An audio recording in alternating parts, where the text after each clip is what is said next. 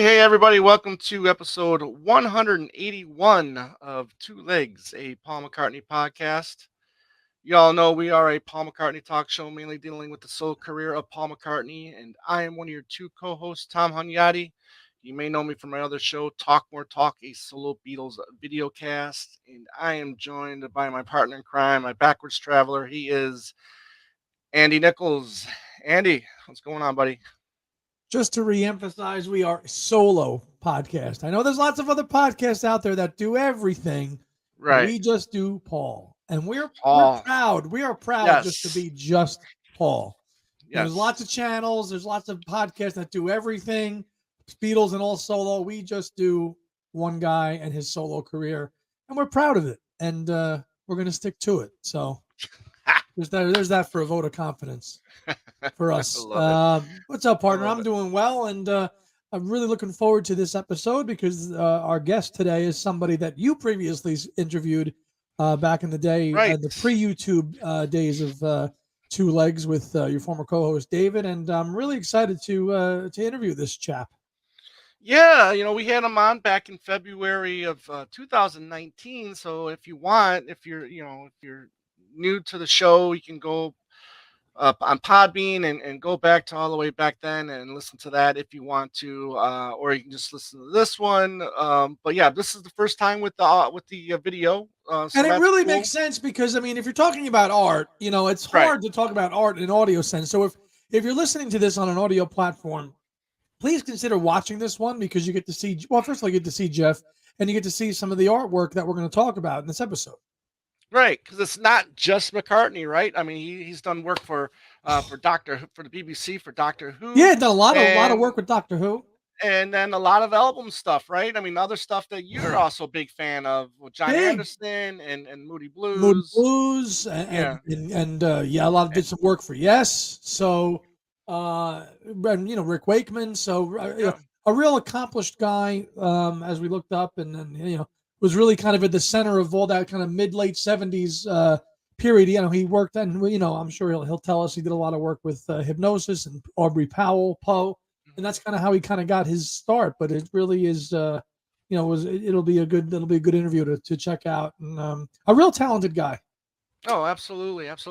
So yeah, please check this one out. I mean, his work is endless. Like I said, the Inner Jacket for Wings Over America. Hey. This one, Temporary Secretary, Thrillington, Front and Back. So a lot of great stories. I'll tell you what, though, I never did notice until I looked at it in preparation of this show, the inner artwork. So you've got the rest of the band standing and jamming, but he's sitting. He's sitting. I never put that. I never said, oh, that's actually from the acoustic part of the show, and here's what they're all up. I never thought about that. Rocking up. Yeah, I never actually thought of that until today. Because it just is like a picture, but here's that because it doesn't make sense, but it's good. It's actually pretty cool, and that's talented artist right there. Yeah, absolutely. So here it is. Enjoy, and please, after this, let us know in the comments what your thoughts are. Tell us what you think of his artwork, and look for his book. We're gonna leave the link to where you can order his book in the description, and if you want, please help support Jeff Cummins and his book. So, all right, so we'll see you on the other side. Yeah, we'll see you on the other side. Hey, everybody, we're back, and we are with a legend in a way. That's right. He is just a wonderful graphic designer or artist who you've probably seen his work. He's got a new book that we'll talk about in a few minutes as well. But here we go. If you don't know this right off the bat, if you don't know this, then but he's the man responsible for this artwork and many others that we're going to talk about. He's Jeff Cummins. Jeff, welcome back to the show. We had you on when we were audio only, but we thought, why not have you back so we can get some visuals and do a proper show. You can see how pretty I am. Yes, there you go. I mean, it's great talking about artwork, but if you can't see it, what good is it? Right, exactly. Absolutely. Or what good is art if it hurts your head, right? Right. That's right. There you go.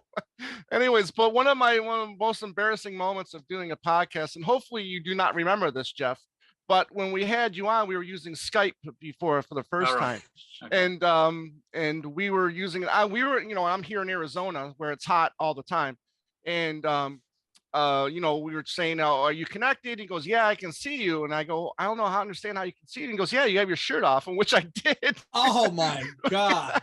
Well, nobody wants to see that. For the No, love of nobody Christ. wants to see that. But I'm like, I just didn't understand how you can see me.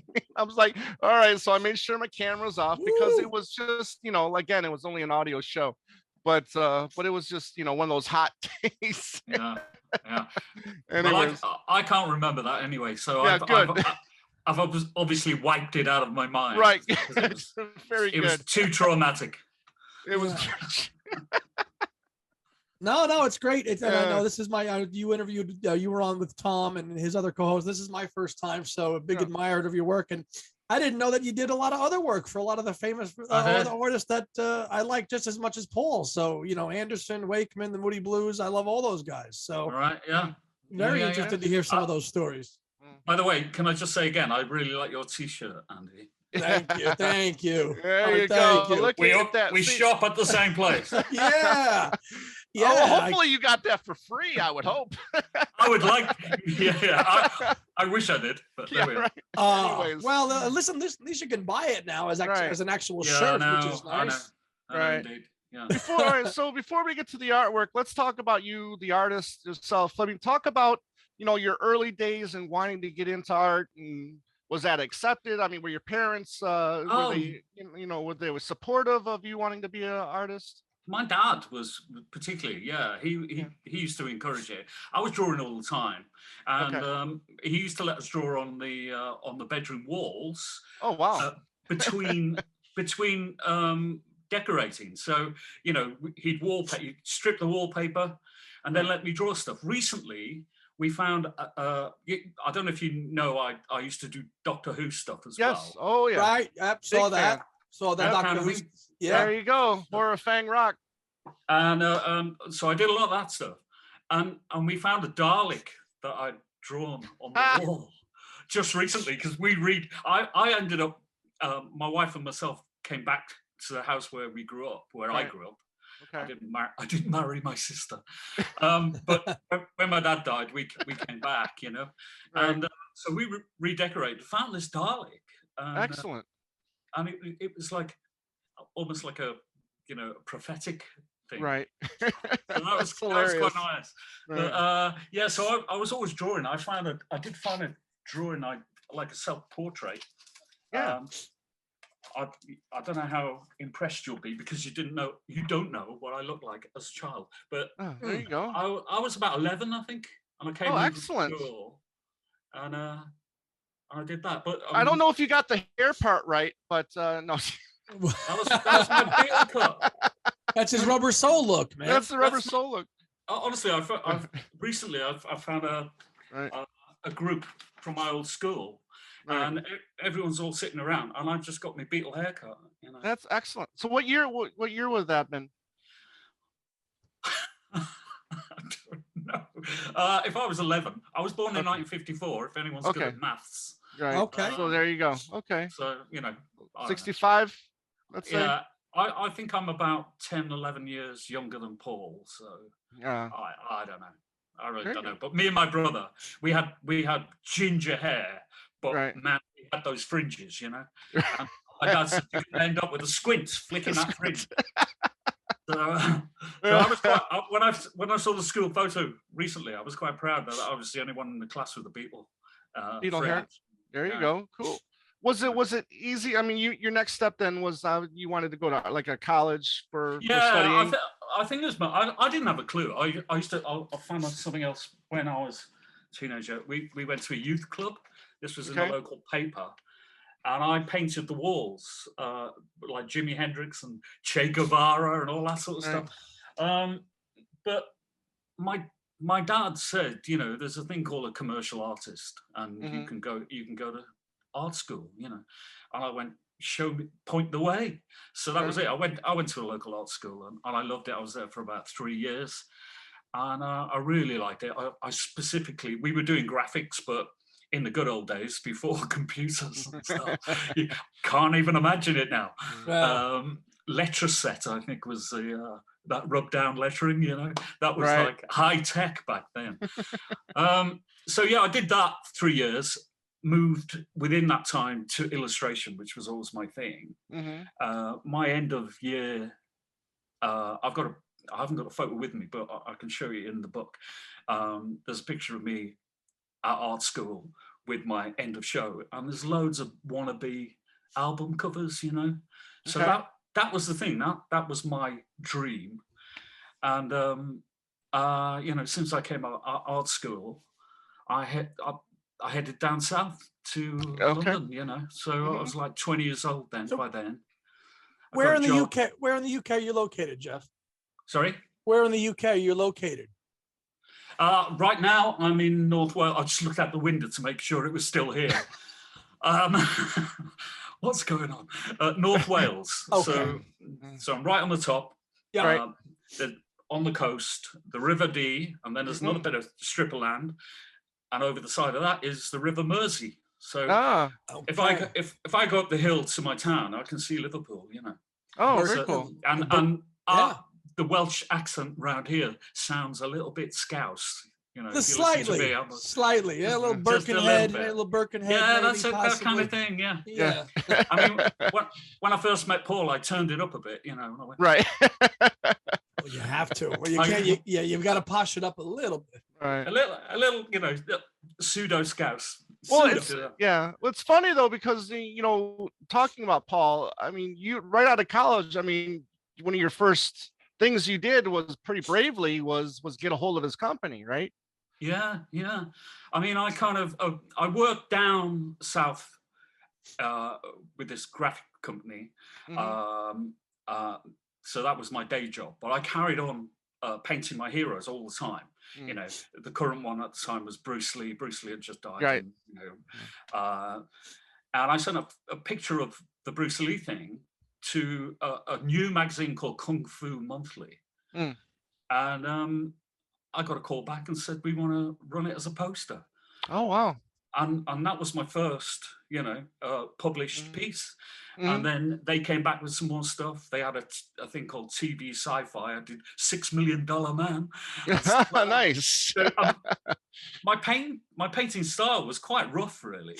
And it was only when I was getting into the Doctor Who stuff, there was a guy there who was just saying, you need to tighten up, tighten up the stuff. And I used to work quite small as well. Okay. So, yeah, what happened once I left the company and went freelance, I was blitzing everybody in London and stuff, and I was looking to do album covers, and I thought, well, let's start at the top. And, sure, why not? I literally found Paul's company in Yellow Pages, and I found them and I said, can I speak to Paul McCartney's manager? And they put me through, which is just bizarre. Times were different back then. I mean, you probably get away with some stuff that you can't get away with now. Definitely. And a guy called Brian Brolly, who was a lovely guy. And I said, look, I'm interested in doing album covers. I didn't bull him in any way. I just told it as it was, I said, look, I've got a portfolio I'd like to come in with. And he said, sure, come along. And by the end of that meeting, even though I thought my work was a bit rubbish, he offered me Thrillington to do. He said, we've got this project, we're not sure what to do with it. He explained about the character. So Thrillington, the Thrillington gig was before the Wings Over America gig. Yeah. Yeah. Here's one right here. Right. Okay, so that original. Was there's original too. Here's one too. So. That ain't original though. Yeah, sure is. That sure is. This, you see the punch hole is the promo actually. Okay. Yeah, this is an original. Yeah. Wow. They're quite expensive these days. Yes, believe me, I know. Yeah. So you were commissioned to do Thrillington first. Okay, it's interesting. Yeah. Okay, because that project was way obviously in the pipeline for a while before it finally came out in '77. Sure, and I did loads of drawings, they had a company called Hypnosis, who you might know. Yep, sure. and I was a big fan of them when I was at college. So but It's they put me with Poe, right? Poe, that's Yeah. right. Yep. And it was Poe who just kind of like art directed my bits, even though they were already done. The concepts were already done from front and back. I think Trillinson on the back at that point, because I had this idea of a kind of George Martin type of, sophisticated Englishman, Right. Right. But I also had the Ram playing the Violin. the violin. Yeah. Yeah, no, there's a hint. We just looked at it and I couldn't remember. So and Poe just said, well, why have you got the guy on the back? Give him a ram's head. And I went, of course. As you do. So that was it. So it kind of pulled it all together, and so and it was great, and just kind of opened that door. I started working with Hypnosis, doing sketches for them and doing all kinds of stuff. So because even though you worked with people from Hypnosis, you were never really employed by Hypnosis. Totally freelance. It was freelance, totally, yeah. Right. So now you do this piece, they approve it, right? This is still before you're commissioned to do the Inner Jacket for Wings Over America. Yeah. Now, when you do this and when you hand it to them, they are now the sole owner of it, right? You no longer own your work that you did. Is that correct? I can't remember the contract on that one, but I basically just knew that Paul hangs on to the artwork, and frankly, at that time of oh my God, I'm working for Paul McCartney. Right. He can have my skin if he wants. Yeah. Take it. Take pound of flesh. Take the lot. Take the lot. But so it didn't worry me at all at that point. Right. Obviously, when you get further down the line, you think, oh, maybe I don't know. But yeah, and what happened? I was now kind of involved with MPL, right? And I was working with Poe one time in his office. I'd kind of been, I think Roger Huggett or somebody, one of Paul's art directors, contacted me and maybe dropped a hint that Wings Over America might be coming my way. Mm-hmm. And I was working at Hypnosis, and Poe kept showing me the stuff that he was doing, because they did the front cover, the airplane and all that stuff. And Poe had shot lovely big stadium shots. Right. And I think that's what he wanted on the inside. He didn't really want this idea. Anyway, he got a call, and my ears pricked up. And it was Linda. You said, oh, hello, Linda, right? Mm-hmm. And I'm kind of going, oh, I wonder if this is the call. And I could hear Poe trying to kind of put her off, Right. And even though I could only hear one half of the conversation, I knew what it was about. And I knew that Poe was losing the argument. And then, anyway, he put the phone down and he strolled over. And I didn't hear anything. I don't know what's going on. And he said, Jeffrey, he said, good news. That was Linda McCartney. And then he told me I've got the gig, So basically what happened next is Poe went down. I hadn't met Paul yet. Poe went down to his house. He had loads of live shots all over the floor, as he explained it to me, Poe. And he just chose a couple of pieces, and that was it. And they came back to me and they said, put that together as a live gig, with all the explosions and all that stuff and the lasers. Right.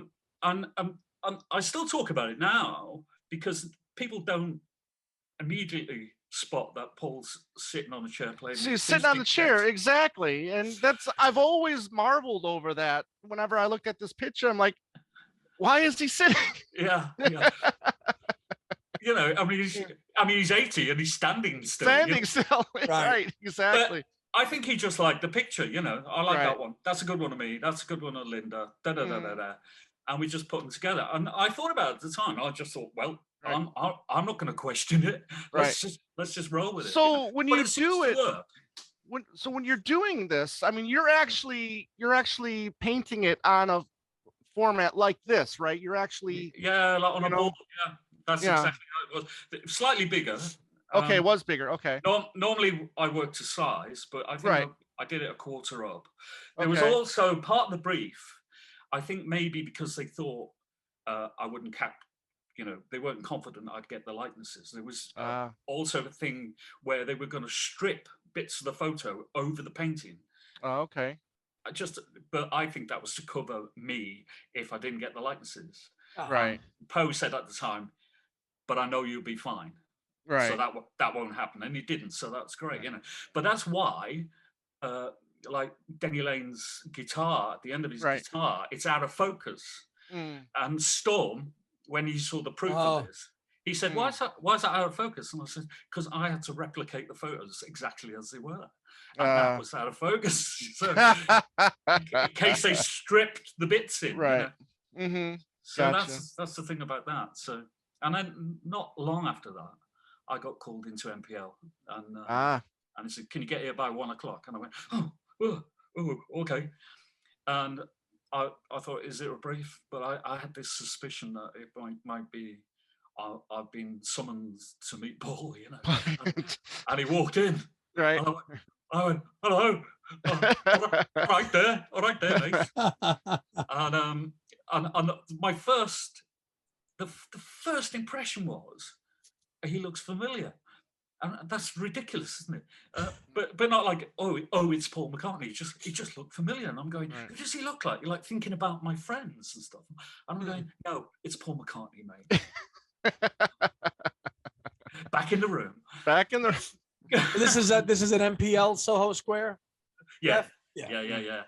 Originally, when I started with them, they were just around the corner in a kind of more modest office. There was a few gold discs up the corridor, and then they just had a floor there. Right. But then they had their eye on that building, I guess. And, that's great. It's a lovely place. Right, because that image then too was also used for the Japanese "Maybe I'm Amazed" 45.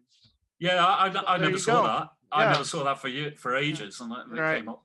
So, yeah, it's quite nice, isn't it? Yeah, it is. So was he? Well, go ahead. They off the album, they did "Maybe I'm Amazed." I don't know if you've seen this. Yes, that was a press ad I did. Okay. And they gave me the weekend to paint it. What? and I managed it, but the picture of Paul, there wasn't any decent references, and I just found something very small. That's why I'm not very happy with the way he. Okay. But gotcha.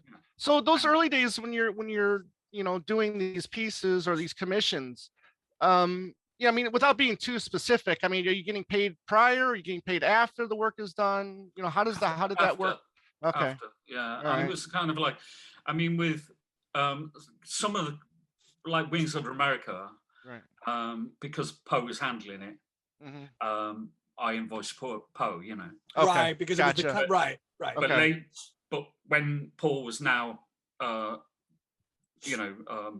briefing me directly, I'd invoice them, And gotcha. I mean, I was never I didn't go mad with the money. I mean, with the Poe would tell me what I was getting, whereas MPL would just say, send us a bill. Right. But it's interesting at that point in time, Paul chose to go with Poe for his artwork because obviously they became the big, the big artwork people for everybody, for Floyd and everybody else like that. So first time he had done that and used them to do that, obviously on top of everybody else that they had been doing, to go with a modern group to do, his artwork was interesting at that time because he always wanted, Floyd's using them, I'll use them too, Yeah. Or whoever, yes, or any of them, really, No, sure. And around that time, I'd also gone round to see Brian Lane, who was Yes's manager, right? And he got me to do a few pencil drawings. He was just trying me out. It was kind of like an audition. Yeah. Which so I found out. Obviously, Roger Dean did most of this, but you did. Yeah. You did the portrait for Elias of Sonhillo, right? Is that correct? I did. That's right. It was black and white pencil, and Okay. I think Richard, who was it? Richard, somebody who used to do a lot of the retouching and stuff. I didn't know it was going to become a coloured thing. It was. Yeah. I'd actually gone round to John's by this time. Hang on, if I can find it quick. That was one of the. Oh, Alan's Ramshackled. Yeah. I even did a painting as well, but it was a bit rubbish. But, but yeah, basically, Alan, and I thought that was the least like it was the worst likeness, I thought, out of all the Gotcha. set. But then I just got a call to say he's putting on his solo album, and that was great news. You know. So did your entryway through the connection with Poe and Hypnosis then open the doors to getting these other contracts to do the work with Yes or the Moody Blues and stuff like that? Was that the entry? Or was that no? My like I said, my first thing with Hypnosis was I went round via NPL. You know, they pop around the corner and Denmark streets and go meet this guy called Poe. I didn't even know Poe was involved on Elias of Sonhillo. I had no idea because I think didn't they art direct that? I'm not sure. I think that was Roger Dean, right? Roger Dean. No. I think John wanted Roger Dean. But Roger, he wasn't around, right? Roger Dean didn't do this one, right? But I think he'd had he'd had enough for a while, you know. And I think John. Oh, it was Hypnosis. It was Hypnosis. Right, okay. But I had no idea. All I knew is Brian Lane, as opposed to Brian Brolly and Brian Epstein, right? Brian Cummins, my dad, who used to manage a band too. Every manager in the world is called Brian. Tell us a little bit about this one real quick, if you maybe can see this one here with Rick. Oh, blimey! Yeah, there's some very dodgy illustrations in that. But Rick, I met Rick quite early on, and he was getting into the King Arthur album, right?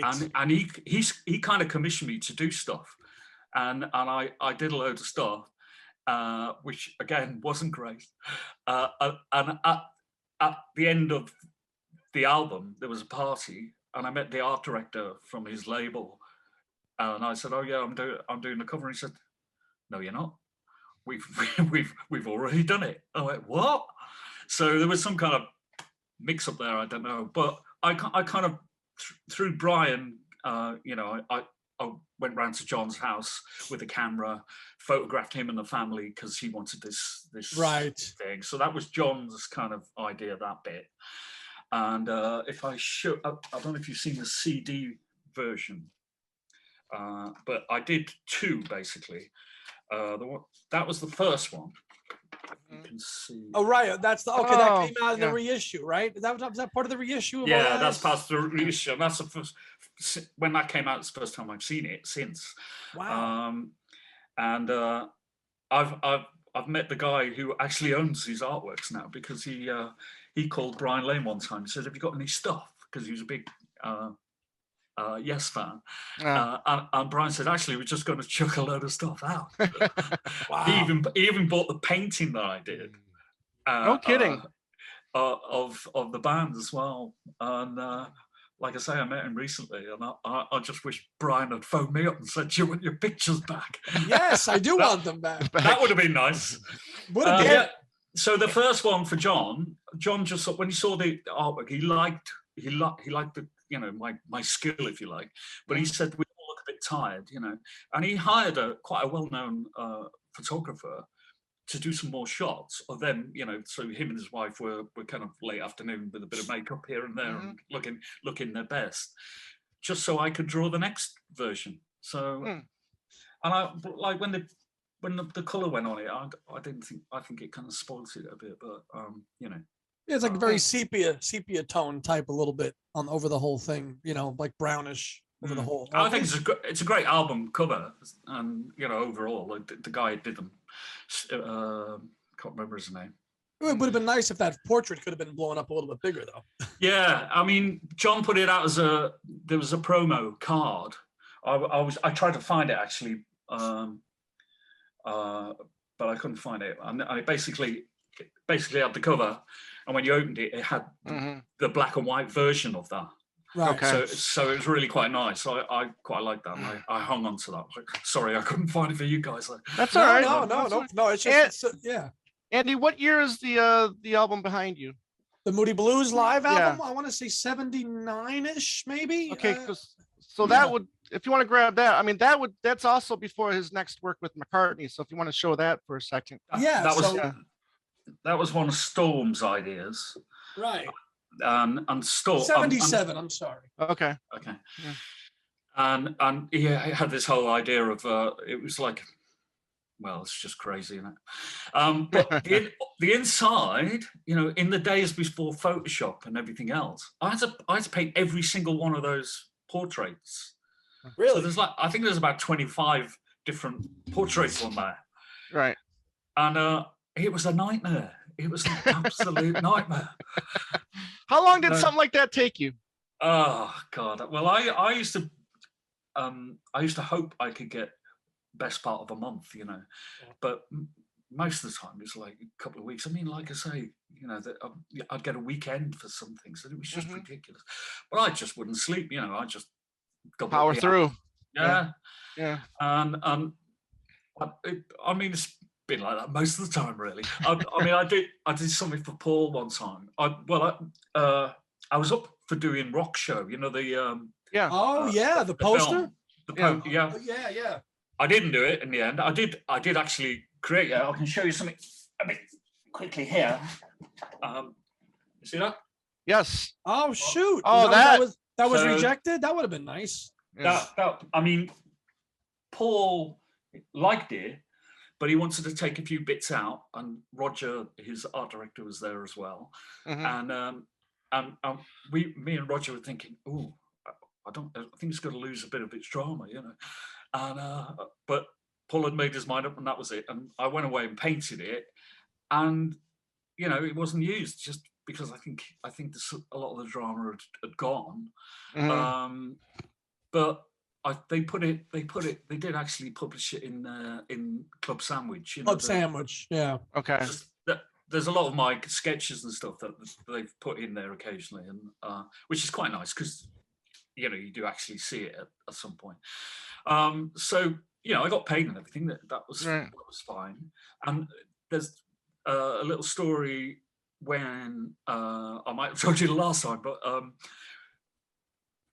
to do that poster, they set up a video machine for me, and at MPL, and I went up there, and Paul was in a meeting. It was on the top floor, and there's like a mezzanine piece, and he's got this old pump organ up there, and he's up there with George Martin and another fella and playing this jolly little tune, And I was just told to say, don't put the video on until he's finished this meeting.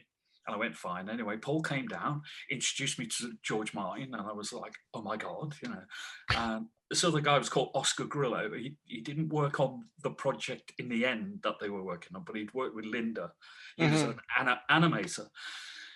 And what they were doing, I put the machine on because I couldn't wait to see this live footage, Right. The band and everything. And I'm well into this, all this live stuff. And then Paul comes back and he's got like a storyboard and he's come to show it me. And it's of Rupert Bear. The Rupert stuff. Okay. So he would have been doing the frog song upstairs there. Right. And he's like really trying to engage with me because I'm an artist and stuff. And he's like, standing here, I'm watching the telly, and he's showing me the scene, and I am interested in seeing it, but I'm sort of more interested in watching Paul McCartney on the right. and it's so anyway, it was kind of like, oh yeah, okay, yeah. Okay. Typical, so typical, right? Yeah. When I was going home on the train, that was the moment where I thought, what the hell just happened? Because the guy's there. He's actually there, but Paul McCartney's on the telly. Right. it's that crazy kind of thing about, you know, the whole kind of legend thing, I suppose. Gotcha. You know, Gotcha. And the public persona rather than, you know, the actual person. Yeah. It's crazy Wow. stuff.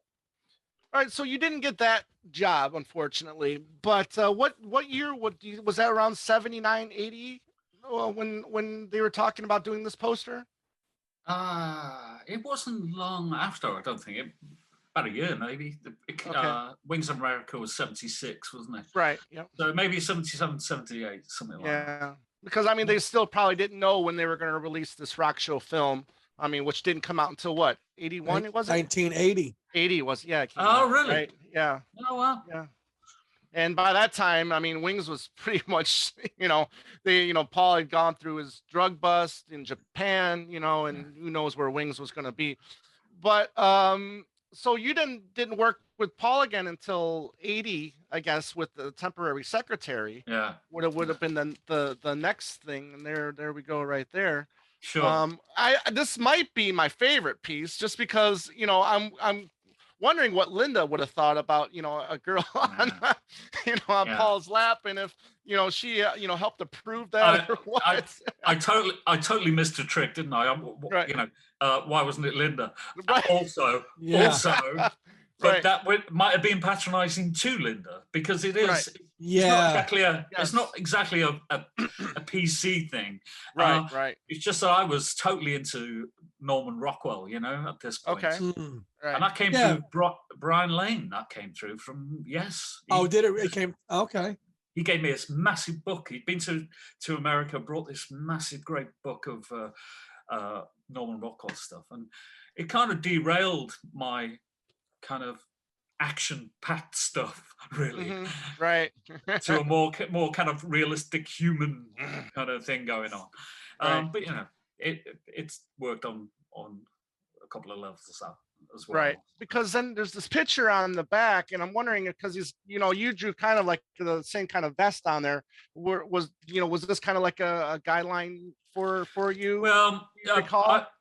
I used to always wear those Fair Isle sleeveless jumpers myself, mainly because I saw Paul McCartney wearing one in right. somewhere along the line, probably Magical Mystery Tour or something like that. Mm-hmm. And I loved them anyway. So whenever I drew him, it was like, stick that on. It's a kind of and in fact, my wife took a picture of me posing as Paul for that. Oh, really? Okay. And I had the gear on, and then we had a friend then photograph her sitting on my knee. Mm-hmm. It's not relevant, but she was about 8 months pregnant at the time, so we got some really interesting little Polaroid pictures, And I just love the little plus secret friend. It's just the plus you got a B side on there too. It's just very simply. Somebody did say, just going back to Linda and how did she feel about the secretary and stuff? Someone did suggest, because Paul drew the glasses on her. Right. Right. Oh wow! Paul did that? If you look at it, it doesn't kind of work. It's the inky bit that. Yeah. So he drew the glasses on, and someone did suggest, I don't know if it's true, but that that was to make the secretary look less attractive. Oh, okay. In case it offended Linda, Gotcha. which I think is really sweet, if that's what it was about. It's quite nice, really, isn't it? Right. Did you also do the little paint thing? No. Basically, what happened, I keep mentioning a guy called Roger Huggett, who's a lovely fella. Mm-hmm. He basically briefed me on it.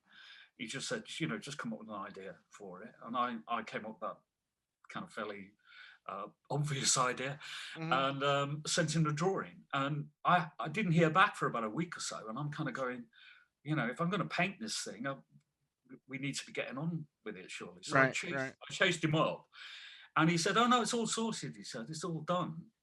And so at that point, I thought that they'd used something else. They'd got somebody else in or whatever. And he said, "No, we've used your drawing." I said, "What, like the pencil sketch?" And he said, "Yeah."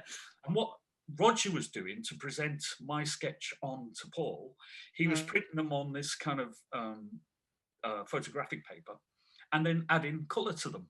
Oh, okay. So they looked a bit more kind of, more full on for Paul. And if I'd known that, I would have done that anyway. But luckily, where Roger was putting on ink, it was repelling because of the photographic paper.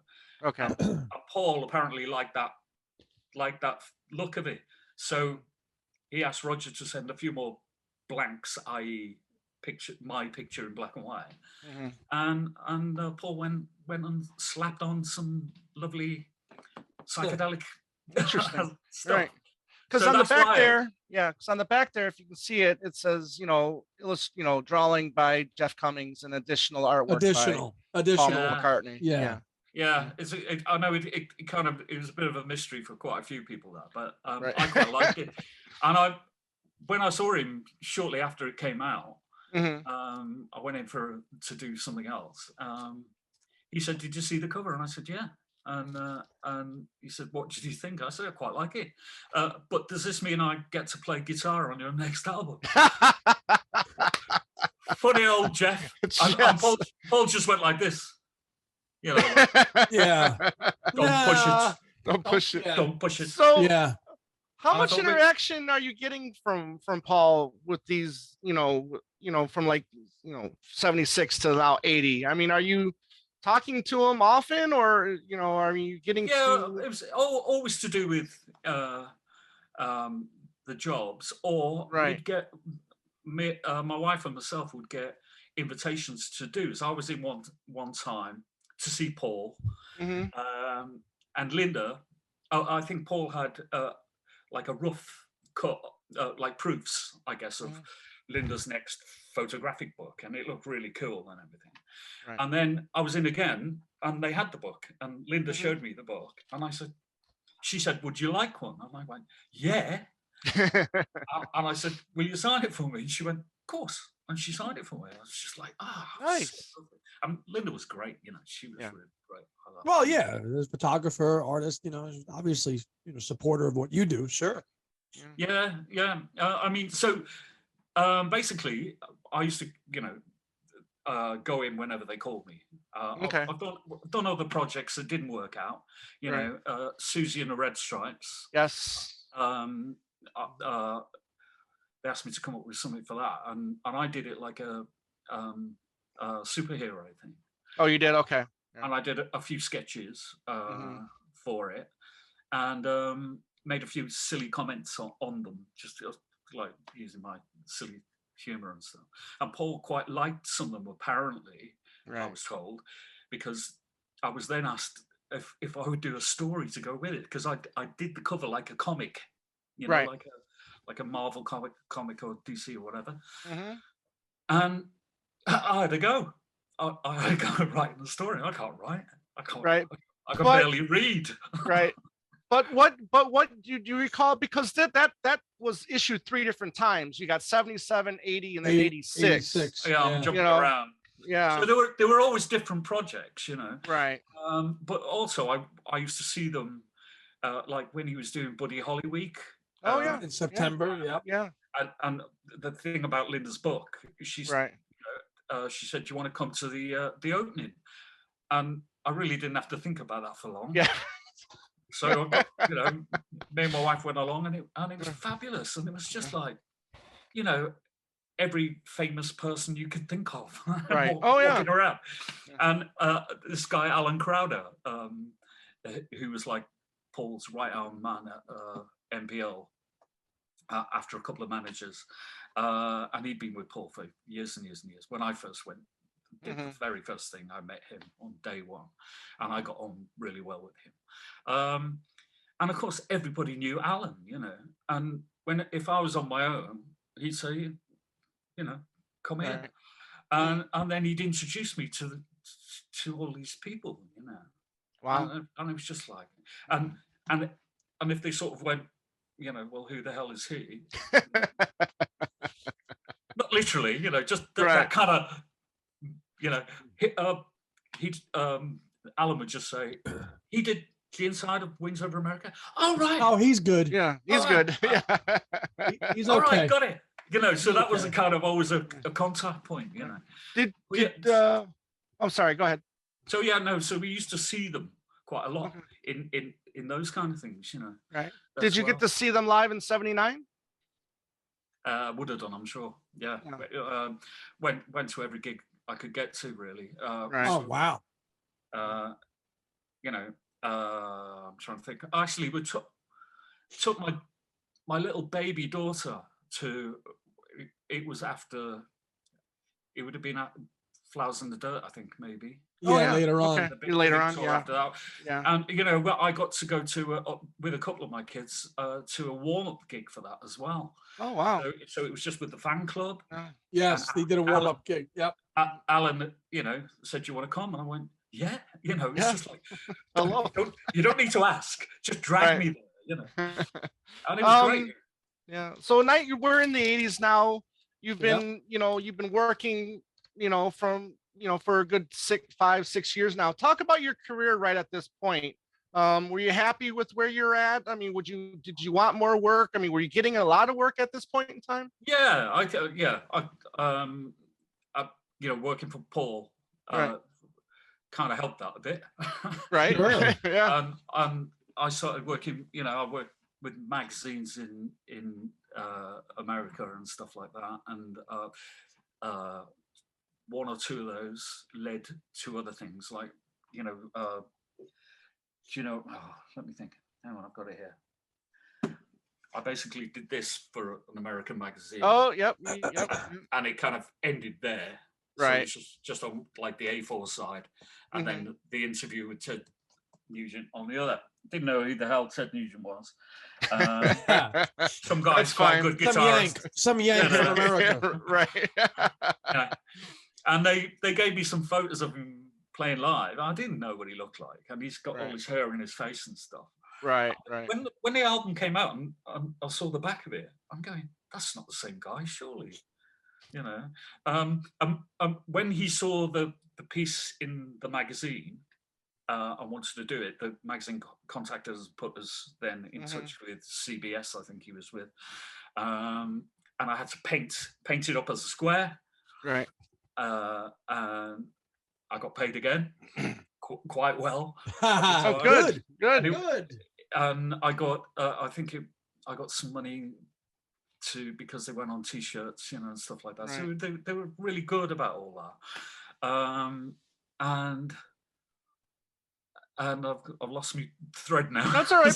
But you bring up something too that I was kind of also interested in, and you talk about T-shirts, and obviously you and Andy are wearing, a T-shirt with your artwork on it. Yeah, I know. And I would hope that, obviously, McCartney probably owns that or whatever. He can do whatever he wants with that image. But if you're also in this situation now where you're doing artwork and it ends up on a T-shirt, I would hope that you would also get some kind of monies for that as well. Yeah. Well, I would like to think so. But, Yeah. So I mean, I'm trying to sort stuff out at the moment. I did a couple of Doctor Who T-shirts. Right. Okay. And then the BBC jumped all over me saying, do you know these T-shirts that I'm now? And yeah. And I'm responsible for them. And they said, well, you can't do that. You don't own Doctor Who. And I went, I own my artwork. And unless you've got some contract to say I gave away my rights. And what did they say? They're mine. He just carried on ranting, and then I basically hung up on him and left it there. But since then, I mean, I have worked. I was working with them already on audio things, and they were asking my permission to use my old pieces, and they'd had to pay me a fee. It wasn't great, but and then as that rolled on, because of this guy coming in and being aggressive, I just said, make sure it says copyright Jeff Cummins on it, otherwise you can't have them. And they do that now, So I did do.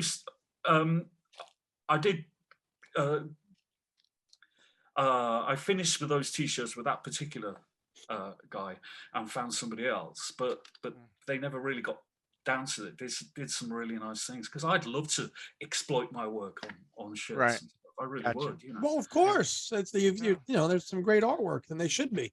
Yeah. I mean, who wouldn't want to see temporary secretary on a T-shirt? I'd buy that shirt. Yeah. I'd buy it in a second. I mean, I bought. I'd even buy this one. We'll get to that in a second. Are you sure? Are you sure? No, but the one hanging up behind you, I would buy too. I mean, we'll get to that in a second as well. But what's hanging up behind me? This one. This one. Yeah. But that's the original artwork. That. Yeah. Oh, that's really. Yeah. That's the only one I've got. Right. That I managed to hang on to just because. Very cool. The story probably, but right. Oh yeah, the story, which you told us before, but please tell us again in a second. But okay. You drew my favorite. I'm a huge Tom Baker fan. I got the Blu-rays here and stuff like that. Yeah. I love Tom Baker. To me, is the only Doctor that matters. But, yeah. But you grew up with the Doctor. You probably watched the originals. I did. I did. Hartnell and and all those at the beginning. Well, after when Hartnell regenerated, I'm just a kid at the time, right. and I'm going, who's this guy? And I didn't get it, and so I drifted away, and it was Tom Baker that brought me back. Right. I just it was on, and I saw him, and I just thought, wow, he's great. I love him. Baker is awesome. Yeah. And I got to paint him loads, and up until recently as well, I've done some stuff for Doctor Who magazine. Yeah. They did a special because they found that I did Doctor Who Discovers. I did a whole series of those books. With Target, but they weren't very popular.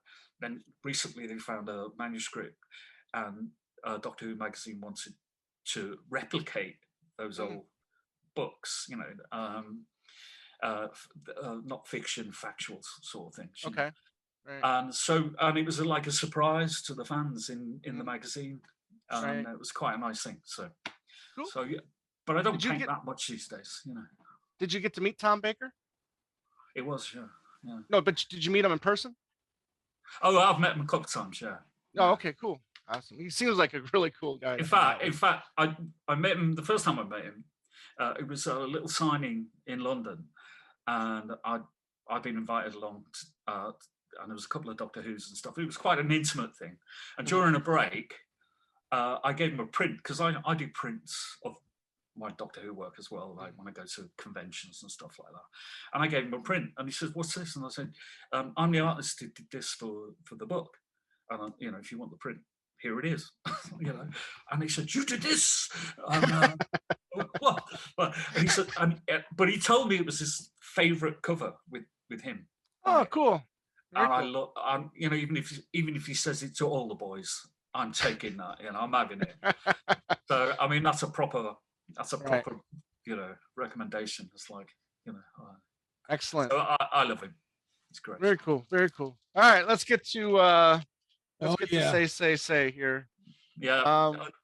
There may be a problem with this one because I know I spilled the beans last time, didn't I? Yeah. Mm-hmm. But since my book came to pass, I checked the content with MPL, and I just wanted to make sure they were happy with what I was putting in, and if they weren't happy with stuff, and a lot of it because it was outside the public arena, they asked me not to, politely, very politely. They didn't demand anything, and I just respected their wishes, and that story is a kind of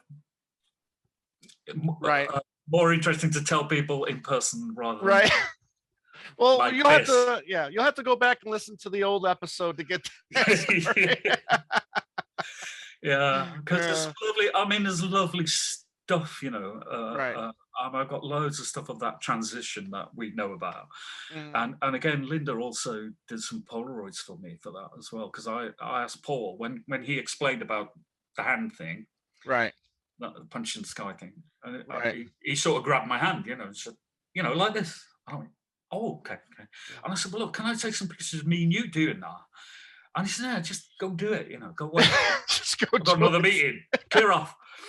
And when he went out the room, I said to Linda, I said, I don't suppose you can get some pictures of him doing that, because he's got very defined sort of arms. I've always noticed his forearms are quite long or something. I wanted to get it right, you know. And sure enough, a couple of days later, I got a couple of Polaroids. They were nice. Obviously cornered him in a bedroom or something, and he's kind of going like this, you know, like, I don't want to be here. Isn't the story with the jacket that Michael's wearing is supposed to be the Wings Japan tour jacket? Yeah, that was me trying to pull a stroke there. Initially, he was kind of dressed slightly differently, but he wanted a bomber jacket and stuff. Right, so right. Back to Alan Crowder, my lovely friend over there at MPL. I said, well, can I get one of those Japanese, the Japan tour, right? Jackets. And he said, no way. Oh, good try. Good effort. Right. He used slightly richer language than that. At the I time. wonder, I'm curious how many of those would have been made though. I think it was just they did just do, you know, for the crew. Tight crew, yeah. And because on the back of that isn't Michael wearing, hang on, I'll have a look. I've got one here somewhere. Right here. It says it on the back of the jacket. No. I've seen some pictures of Michael in one of those. Yeah, it's in the press. Yes. It's in the Pipes of Peace. Archive book. When he visited Paul in 81 ish. Yeah, I think that's, and you see the photos of him wearing this jacket. Yeah, and I think that's on the back of it. It says Wings Japan tour. Yeah. And you know, I gave it my best try. I did get a Wings jacket though. That is based on one of their tour jackets. Oh, okay. Just with the Wings logo on the back, you know. Right. That's cool, man. Which I like very much. Very hard to get into these days, mine. Hey, so what though? You've got it. You got it. Yeah. Oh, when you do this piece, and then, you know, obviously we've got the 45 as well. You're doing it as the size of the larger size, right? Yeah. And you know, Paul came up with a few little ideas to try and mess with it, and like the little talking shoes. If you look at the shoes, right? He said, "Do something with the shoes." Like, I'm going, well, you know, because I'm a bit of an idiot. Like what? And he said, you know, I don't know, some talking heads or something. Yeah, I see now. He was great like that. I mean, he's just like incredibly creative, obviously, but artistically as well. You know, he's just got ideas all the time. So, and he certainly art directed a lot of stuff in his day, hasn't he? You know. I'm glad you said that, because I never noticed that before. No. There you go. There's loads of stuff like that. You know, there's loads of little bits and pieces that people miss. I like that anyway. I love the story that you told regarding this, because you were not the original. You were not originally commissioned to do this, correct? Well, I sort of was. I mean, they had. I think they were looking at somebody else. Basically, Paul had got an art director in to handle this particular job, a different guy, someone I already knew, and his brief was to find somebody who you know, like an ethnic artist who does that stuff. Right. And that was going to be a difficult brief for him to find somebody, and he just phoned me up instead and said, "Do you want to do this? Do you want to do a cover for Paul?" I went, "Yeah, of course I do." You know, and I wondered why he was calling me and not the office. You know, why MPL weren't calling me. And then he explained about this problem, and he says, "What I want to do is," it was Paul's idea, you know, based on his lyrics, what would be the content of that cover. I take myself off. They were talking. The art director told me there was some student of Asian art that they were looking at, and he thought she wasn't perhaps competent enough or something. And I found an Asian bookshop in London, and I said, "Have you got anything with the Buddha and the swan? You know, that I don't understand the symbolism or the religion." Right. And he said, "You're the second person who's asked about that this week." And I went, really? And he said, yeah, this young woman came in. And I said, what books did she take? So I grabbed the same books, you know, so I was being a bit naughty there. But anyway, the deal with the art director was he would tell Paul that it was me once he'd approved the design. Mm-hmm. And I said, well, make sure you do, because he won't like not knowing. You know, he likes to be on top of stuff. So, and I said, that has to be a condition. And she said, yeah, no problem. So I did that little signature, you know, the signature on the art. Yeah, I see the bottom. Yep. And that was like my clue, you know, just it was sort of letting Paul know it was me. Right. You know, and then later on, the art director just said, I lost my bottle. And he said, is he, we've even had a call for that artist to work on the video, you know, and they were going to do like, I was going to do like frames for animation or something with the swan instead of that goose flying backwards. Right. And I said, well, you know, does this mean it's back on then? We're back on. And he said, no. I told him Snee had gone back to Delhi or somewhere, you know. He told Paul I'd gone away. So it was really awkward. And like I said earlier, when I went to the warm-up gig, there was a big cut-out model of this one. I'd got to see Alan just to catch up and have a coffee and stuff. And he told me all about the album, and he told me about the new single, which I'd done, but he didn't know. So it was really awkward. And I decided to reveal the secrets at the gig, you know, and I had a little wraparound audio thing, and I kept it in my shirt pocket. Saw Alan after the gig, and he was with a mate. And I said, listen, mate, you read the name of the artist backwards, it's really weird. And he was a bit bothered, you know, like, I can't be doing all that. And the guy I hadn't met, his friend, read it backwards out loud, and it says Jeff Cummins. And Alan just went, what the? What? I said, I'll ring you tomorrow. And I explained, like I say, I think, you know, he was very guarded when I asked him, you know, did you tell Paul? And, you know, what was his reaction? Because, you know, I think it probably didn't go well for me, you know. Yeah. So things went quiet after that. Yeah. Which is a shame. There he is. Yep. There you go. So, but it was a lovely thing to do, you know. It's a great piece. It's a really wonderful piece. Again, it was supposed to be painted, and I did a color rough this time. Okay. But the art director said, "You've only got the weekend," and I'm going, "What's this weekend thing? What's going on?" And he said, "Just do another visual, only better." Right. So I used like pencils and markers and stuff, and a bit of paint, here and there. So, but it worked out, and you know, and it came out in all different forms and shapes. And like the white one where it's just the white, and the white bigger white border one. There's that one. And there was the little special as well with the cards in there and all that. Wasn't it Long and Winding Road on the back on the B side of that? Yeah. I think probably. I believe so. Special. So it was lovely, you know, it came out and everything, you know. Yeah. How do you like all these conventions that you've been a part of? I don't mind them.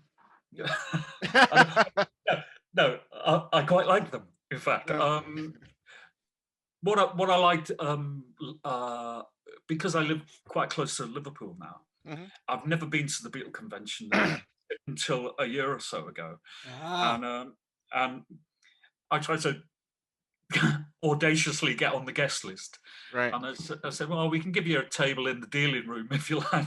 So, but I was meeting people and saying, you know, and they just thought I was like selling secondhand album covers or something. And in the end, I put a note saying, no, I designed these for Paul McCartney.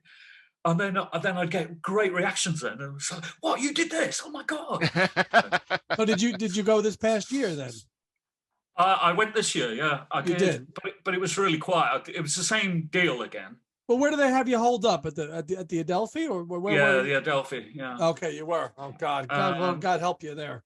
And the one I did before, there was a guest speaker, and I managed to get away from my table for a bit because you don't see anything stuck behind the table.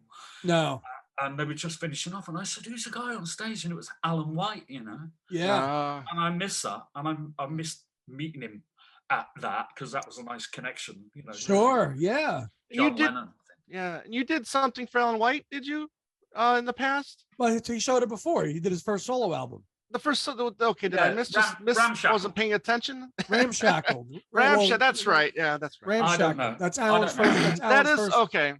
Actually, his only solo album. I didn't see the corner. Yeah. There. Yeah. Okay. Little kind of synchronicity sort of going on. Right. Let's talk about the book. Cool. The Invisible Artist. What brought that to be? What brought that to light? A guy called Sean, who's got a little publishing company. He tends to do Doctor Who related stuff. Mm-hmm. And Chris Achilleus, who's the first Doctor Who artist, he did a book with Chris, who unfortunately died last year. Mm. But I was the logical next one to approach, you know, let's do them all kind of thing. And I just said to him, look, I haven't got enough Doctor Who to fill a book, really. I really haven't. But if you'd like to do a kind of retrospective, I'd love that. You know, I'm like at the end of my career, life, whatever. Life. It'd be really nice.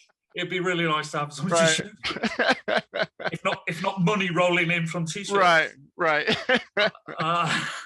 So anyway, he looked up my stuff and he said, okay, let's his main clientele, I suppose, is like Doctor Who, but there'll be crossovers, you know, and there always is. So, and I've been plugging it to death. But it's called The Invisible Art. Can I show you? Yeah, please. Yeah, please. There it is. There it is. There's a big thing behind. Yeah. Right. Yeah. But that is it. And we just tried to come. The Invisible Artist thing was my idea, but I've basically just thrown a load of product on the front to try and pull it all in together. Right. Yeah. It's like I did all of these. Yeah. Not just Doctor Who. Not just Paul McCartney, but that'll do. We'll show a couple pages if you don't mind. Yeah. You got to check him out first. There you go. Look at that. He's a fox, I tell you. Anyway. Some long hair. Yeah, good old days. Hair, right. Captain Scarlet. I don't know. Can you see any of this stuff? Let me try and get you. You have to. Do you know who Captain Scarlet is, by the way? No. Okay, it's the guy in this country who Jerry Anderson, and he used to do like puppet shows, but they were all like big film things. Oh, okay. I think I've seen that image before. Yes, Thunderbirds. Yeah, okay. All that kind of stuff. And I did some packaging for that. I loved Captain Scarlet. It was so dark. Mm-hmm. This, even though it's not very good, and that's why it wasn't used, that I was commissioned to do the UK version of the future. Can you imagine if that happened? Oh, wow. I didn't design it. Somebody else, an agency, had no idea who Michael J. Fox was. Blah blah blah. But you know, and they did use my artwork on the front of Time Out, which is a London magazine, because they were doing an interview with Spielberg. So it did get published to some degree. I also did another poster that's very tiny, right? And it was a collection of amazing stories. Do you remember them? They were Spielberg. Yes, that was Spielberg produced. Production as well. Yeah. So, do you know who Jonathan Ross is? I do. Okay, that's John. I did that for John. Yeah. Okay. As I call him. TV guy. He goes that guy when he's And the biggest selling magazine in this country, it may still be, is the Radio Times. It's BBC TV and radio magazine, basically. Oh, wow. Okay. And I did loads of covers for them, as well as, stuff. And hang on. Cecil B. DeMille, where's that one? Can't find it. This is very slick. Yeah, that one. See, this is Rockwell again. Oh, excellent. Oh, cool. So Very cool. So yeah. the thing for this was Cecil B. DeMille and a cast of thousands. I'm not drawing thousands. Right. Do you know Rockwell's stuff? You probably. Oh yeah, we've seen Rockwell. Sure. Oh yeah. Oh yeah. It's probably fairly ingrained, I would have thought. But he's got a thing called a tattooist, and it's just like a big sailor guy, and he's re-tattooing the new girlfriend's name on, and then there's just this backdrop of tattoo designs. Okay. But then punched out in front, and that's what I tried to do with that. I knocked the background right back and just did loads of film posters, related to it. Behind. Yeah. Right. Yeah. No, very cool. Very cool. So we got. This is right. terrible. I should have rehearsed. So Margaret Thatcher. Oh yes. I wasn't a big fan, I have to say. And there's a little picture, a little black and white picture there, where the magazine chairman, the following week, it was a weekly political magazine, gave her a print of the cover in a frame, and she wasn't too impressed, apparently. Gotcha. But I was more than happy. Adamant, yeah. I got sued over that one. That's another story. Oh boy.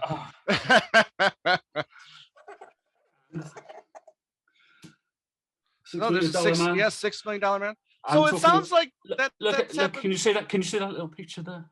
At a convention. Yeah, there's you. Yes. There's you. Yeah. Me and the man. Me and the man. Here he is. So so there's loads of Doctor Who in here, and in fact all of my Doctor Who, and I did some new, at least one new piece for the book. You did do something new for the book. Cool. Yeah. I'm trying to find a few decent ones. I don't know.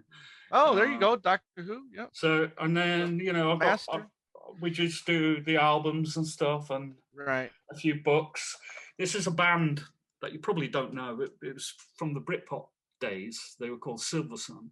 Okay. And they were like a power pop band. They were fantastic. Yeah. And I'm doing a book of just about them. Oh, really? My artwork with them, because it was all really weird and wonderful, kind of pastiche sort of sci-fi stuff, Yeah. So I'm doing that. I don't know. I did see you did a lot of work for them. That was a Blondie album that wasn't used. Okay. That's a shame. That's David Essex. David Essex. Yeah. Do you know David Essex? Oh yeah. Oh yes. In a film with Ringo. Oh yeah, that'll be the day. Rock on, baby. That will be the day. Yeah. And that's Paul Simon. Okay. Very cool. If I can just tell, there's a little. I was doing this very loose style at one time. See that one down the bottom? Yeah. There, and part of the design would have had my signature on there. Okay. And the art director said, "You can't have your signature on the front cover." They were music books, like sheet music books. Mm-hmm. You can't have. You can't do that. You can have a thing on the back, but you know what? I said, but it's part of the design. It kind of so it flows. He said, no. So on the bookends, on the bookends, I will try and get to see this because you can you. I can see the bookends. Yeah. Can you see the blow up? Can you see the blow up? It says Snee Feds. You've heard of that? He's a famous Asian artist. I don't know. I have not. I have not. I can't say. This one. It's the same artist. I gotcha now. Okay. Yes. So I didn't get my name on the front, but I did get his. There's a little. All right. So there's a little. Yeah. It was a bit, and that was a Stones. Again, that was a music book as well for the Stones. So I used to quite like doing them, just because they were kind of rock related, Oh wow.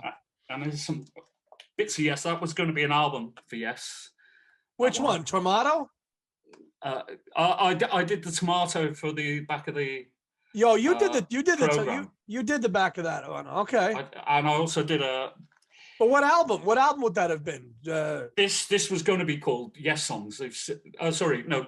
Yes Shows. Yeah, shows. Yeah, there is another one. They've used it since, I think. But I did paint it. Brian Lane commissioned it, but I think the band were having difficulties with each other. Well, by that time they were, for sure. And good old Rick Wakeman. Rick, did you get to know, or do you know Roger Dean personally, Jeff? I've met him because he used to go. I was a big fan, and in this house where I live now, up until recently, on one of the walls, there was a replica of one of his pieces. From what was the big live one in the Yes Songs. 70s? Yes Songs, yeah. With the deer, so I had that over the fireplace. My dad let me paint it over the fireplace. A blooming yes, triple. You know. Well, you open the gate. My mum's going, "What's going on?" Right. So that finally got papered over. Yeah, that's great. Funny. We're going to find Banksies one of these days. We're going to find them. Well, where can people get the book? So it's you have to order it directly from Candy Jar Books. So if you look that up, or you find me in Candy Jar, you'll find it. We'll put the link in the description. Yeah. Okay. So it started off as a pre-order thing. That's how they normally do it. But it's kind of selling now. So that's quite nice. Very good. Excellent. So we're doing a reprint of the hardback. There's a hardback and a softback. Okay, great. Paperback, I think they call them. Right. So you're kind of winding down your career now, or still working a little here and there? I don't really want to. I'm just sort of finding it difficult. You know, when you're drawing hand. This is like a scene out of that film, isn't it? You know, this is my shooting hand. Right. You know, what am I thinking of? Blazing Saddles. Which? Is that a Blazing Saddles reference? Blazing Saddles. That's exactly it. He goes, see this? This is my shooting hand. Shooting hand. And these are my eyes, you know. Right. I'll show you something quickly. Okay. I've been playing around because I can still draw to a fashion. That's excellent. So these are very recent, and they're just like somebody commissioned me to do something, and I'm going, look, you know, people don't want to pay. People never want to pay for art, but I'm not going to go beyond my daily rate if we're talking about, you know, commissions and stuff. So I'm trying a little experiment where I'm basically doing whatever I can do in the day. Mm-hmm. And if it goes beyond that, then we got to look at the fee. So I've just done two basically. Perch as well. Yeah. You can see that's my shaky hand there. Right? Yeah. Bringing him to life. So yeah, no. I think stand-up comedy is probably out as well, isn't it? I don't know. I've been having a good laugh. Yeah. Yeah, because I've been showing you my work. Oh, please. So yeah, I actually don't want to stop. When I moved back to North Wales, I joined a company in Chester, just across the border, a really nice old city. Very nice. And I was doing storyboards, you know, for animation things. Okay. And that was fine. And then we went into lockdown. We were working at home. Right. And they just pushed the pressure on and want you to do twice the amount of work, no extra money, blah blah blah blah. And I said, look, you got to stop. And they went, you know. So I just walked. So I've spent since then. I've really been working on the book and the second one that's kind of ready for the oven now. And I do, you know, if someone calls me and says, you know, can you draw something? I'll give it a go. See what comes out. Right, you know? Right. So yeah, I'm still keen. Right. You know, I can see something behind you, Tom. Hang on. Hang on a minute. This is something Poe put my way. There's an album just behind you. Look. Yeah. Do you reckon? Oh, there she goes. So so I'm, I was still doing a little bit for Poe. Right. That's Paul awesome. Related. So that's quite nice, So I like that was shot by Clive Arrowsmith, though, right? Yeah. Right. I believe. Yeah, the photo, I believe. Yeah. Well, interestingly, Clive Arrowsmith was because I couldn't think of his name when I was telling him the Jon Anderson story, but he was the photographer who John got to do my reference shots. Oh, okay. For the wow. For Elias. So, yeah. Very cool. So it's all, these connections all seem to be coming together now. Yeah, I love it. I love it because it bridges a lot of the great people that I like. So it's amazing how you've worked with so many people just through a couple of connections, which is just pretty amazing. Well, I found in the early days, especially when I was moving in kind of larger circles, that the circle was relatively small. Especially in London, and everybody knew everybody, which was occasionally quite handy. Sure. So you're all over social media. Tell people how they can find you and follow you. And I'm on Twitter. If you do jeffcummins.com, you can find me through the links there. I've got a website that's no longer jeffcummins.com. I went on to a Wix thing, so I can just be in control of it, really. Okay. And I'm on Facebook. I'm all over. You're all over the place. Yeah. All over the shop. Right. Yeah, and it's great because you show artwork on your pages and stuff like that, and people can, like you said, I'm loving. And the conventions, I'm loving. I mean, when I did the first Liverpool one. What I liked, I got an invitation to go to be a guest at a Beatle convention, and that was up in Norway, up in the mountains, and and it was great. It was great because I knew the subject, unlike Doctor Who, where all the fans expect you to know every inch of it. Right, exactly. The geekery that goes on, but at least with the Beatles, Right. Can I just ask you guys something? Sure. Please. What do you think of Peter Jackson's work with the old Let It Be? With the Let It Be is phenomenal. I love it. Love it. Revolutionary, really. What he was able to do audio and but also he told the story correctly this time, because if you remember the film, the band just looked like they were at each other's throats. I mean, obviously, George did leave, and there was a little altercation, but it was misrepresented, I think. No, he did a great job, and it wasn't. I don't think it was historical revisionism. I think it was obviously, like you said, George, as you say, George did leave, so he wasn't trying to rewrite history. He was just trying to say, look, it wasn't as bad as everybody thinks it was. When you watch the Let It Be film, and quite the opposite, really. Yeah. And it's just, just like Paul, just trying to find a melody and coming up with Get Back. Get Back. And he's talking about stuff that comes on the piano, and then he says, I had this one this morning, and it's sitting in the back seat of my car. Isn't that crazy? Just sitting there hammering away at it, just coming up with, I've got this. I'll just park that up for a bit. Amazing. No, great. And it's nice to see that they were able to use that technology to do with these current mixes, which we're going to get with Revolver now. Yeah. And you forget stuff like how good a guitarist John was. I know he was like a rhythm guitarist, but wow, he's great, And I don't know, it's just I've got friends who are musicians and stuff, and they kind of go, "Oh, Beatles, or McCartney, all that." Right. And they've watched this Peter Jackson version, and they're going, "Oh my god," Right? I think it's fantastic. We loved it. I'm glad you agree. Yeah. No, it was definitely. Thanks for coming on to my show. So next time, on three legs. Yeah, there you That's go. right.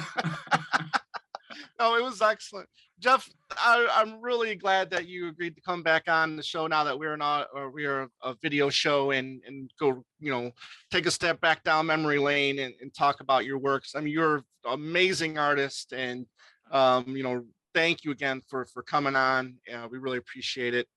and much success to you with this book, and then the book you got coming after this. And then, like I said, we'll leave the link down below, and people can order the book, because I'm going to want to get one too and see the rest of your work that's in there. And, best of luck to you, my friend. Best of luck. It's nice to finally actually put a face to see all these iconic images that we've had in our collections for decades. It's a bit of a disappointment, though, isn't it? No, it's fantastic to know that you've worked with all these great people, and we've got it all in our libraries, and it's you're a great talent, and thanks for sharing all your artwork with us for all the years. Anytime, guys. Thank you very much. So, Andy, anything you want to add before we sign off? No, there's nothing new, partner. Hanging in there, and stay tuned. Okay, yeah, and then my other show, Talk More Talk. By the time this is posted, we will have reviewed the latest Ringo Starr EP3, and so that should be posted by the time this is posted. And so stay tuned. And Two Legs, we're busier than ever, so we're going to have some more exciting shows coming up in the future. So you can find us on Twitter, Instagram, and Facebook at Two Legs Podcast. You can email us at twolegspodcast@gmail.com. And as always, thank you very much for listening and watching. However you pay attention to this show, we really appreciate it. So as always, everybody out there, have a great day and a beautiful night. Take care. Thanks, everybody. See ya later.